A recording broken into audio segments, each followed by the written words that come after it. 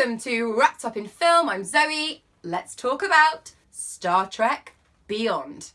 First things first, guys. I am not a hardcore Star Trek fan. I'm a Star Wars girl, so I'm no Trekkie. I used to watch it on and off when I was a kid. However, I thought the last two movies were fantastic. Gripping storyline, fun characters, very entertaining. I'm a huge sci-fi lover, and I was really looking forward to seeing this film despite how underwhelming the trailers were. This review is going to be short and sweet because honestly guys, I just don't have a huge amount to say about this film. The storyline for me was just very, very standard. There's an attack, people are in trouble, there's a bad guy, and a rescue plan is formed. I'm sorry, but I've seen it all before. It really takes a while to get going. I think the beginning is a bit of a mess. But you know when you're watching a film and in your head you're like, I bet that's going to happen next. Well, that kept happening in this film. It was just so predictable, which is really disappointing. However, you know, once you get into it, I did enjoy the last 30 minutes. Directed by Justin Lin, he's known for his Fast and Furious movies. For me, this film just had too much action and not enough character building and drama. The characters are all established now and we know them, so they could have really pushed the limits with this. You know, we could have really gone to some insane places. It could have blown us away. But for me, I just found it all very bog standard. And I feel they played it pretty safe actually. Top FX and sounds, which is expected from a film like this. But yeah, very, very good. Let's talk about the cast. We all know the cast. Who stood out for me? Idris Elba, playing the bad guy, the villain. Oh, he's so good at those roles. He's very menacing and dark. And his prosthetics and makeup in this were awesome. And his voice, you know, it all worked really well. I would have liked to have known more about his character and background earlier on in the film. We sort of find out a lot at the end. And I think if I'd known more at the beginning, it probably would have made me a bit more invested in the story and maybe made me sort of care a little bit more about it. But hats off to the casting department. Yeah, loved his role. Very, very good. We're introduced to a new character called Jala.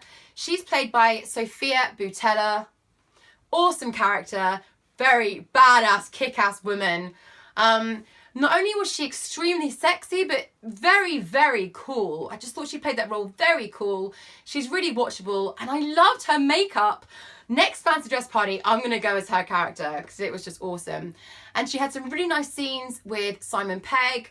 And again, you know, Simon Pegg, I enjoyed him in this, but not as much as I thought I would. And he kind of plays a similar role to the one he plays in Mission Impossible, but I just think in Mission Impossible his character's a bit more funnier and there's, you know, there's a bit more going on, and in this I didn't hugely, you know, enjoy it as much as I thought I would, which is disappointing because I'm a huge Simon Pegg fan.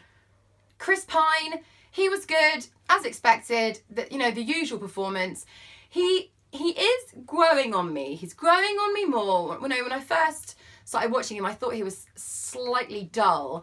But he's growing on me. He's very likeable. He's good looking and he looks great on screen. He's in a film, quite an old film called Bottle Shock. And I really enjoyed him in that. If you haven't seen it, guys, put it on your list because it's a fantastic movie. And lastly, Zachary Quinto as Spock. Great character, very, very likeable. He gave a solid performance. You know, his character's funny.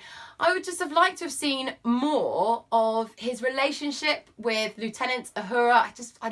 I'd like to have seen a little bit more of that. And that's, you know, as I said from the beginning, I think there could have been a bit more drama in this.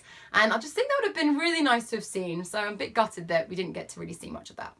Okay, guys, I'm going to rate this movie now. I'm going to give this film a 69%.